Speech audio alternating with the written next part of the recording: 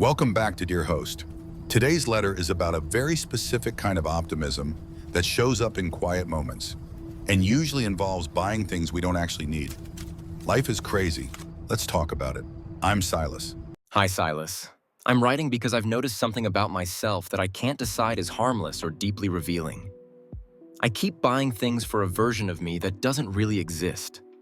Not in a fantasy way, just in a very normal, everyday way. Notebooks I'm convinced I'll use consistently. Planners that assume I'll suddenly enjoy structure.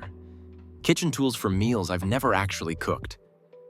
I don't go overboard, but there's this quiet moment every time where I think, this will be the thing that makes me more put together. And then, predictably, it sits on a shelf. What's strange is that I don't feel disappointed when I don't use it.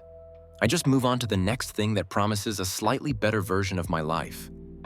Part of me finds this funny. Another part of me wonders if I'm constantly preparing instead of actually living. Like I'm always getting ready to start, but never really starting. Is this just a normal human habit, or am I avoiding something by staying in this planning phase? I smiled at this letter because I know exactly what you're talking about. There's a whole invisible store aisle dedicated to the person we think we're about to become. The "this time I'll be consistent" aisle. The "future me will love this" aisle belong.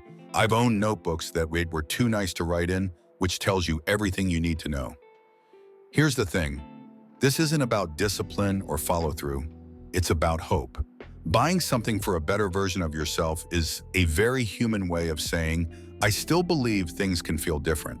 And that's not something to be embarrassed about. Where it gets interesting is when preparation starts replacing participation. Planning can feel productive without asking much of you. Using the notebook is harder than buying it. Cooking the meal is harder than imagining it. So the question isn't, why don't I follow through? It's, what feels heavy about actually starting? A gentle experiment you can try is this. The next time you buy something for future you, use it imperfectly the same day. Write one messy sentence.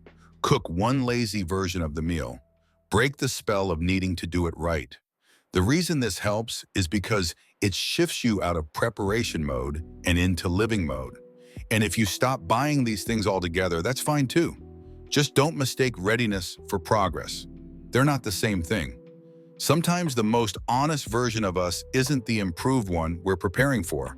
It's the one already here, waiting to be used. This has been Dear Host. Life is crazy.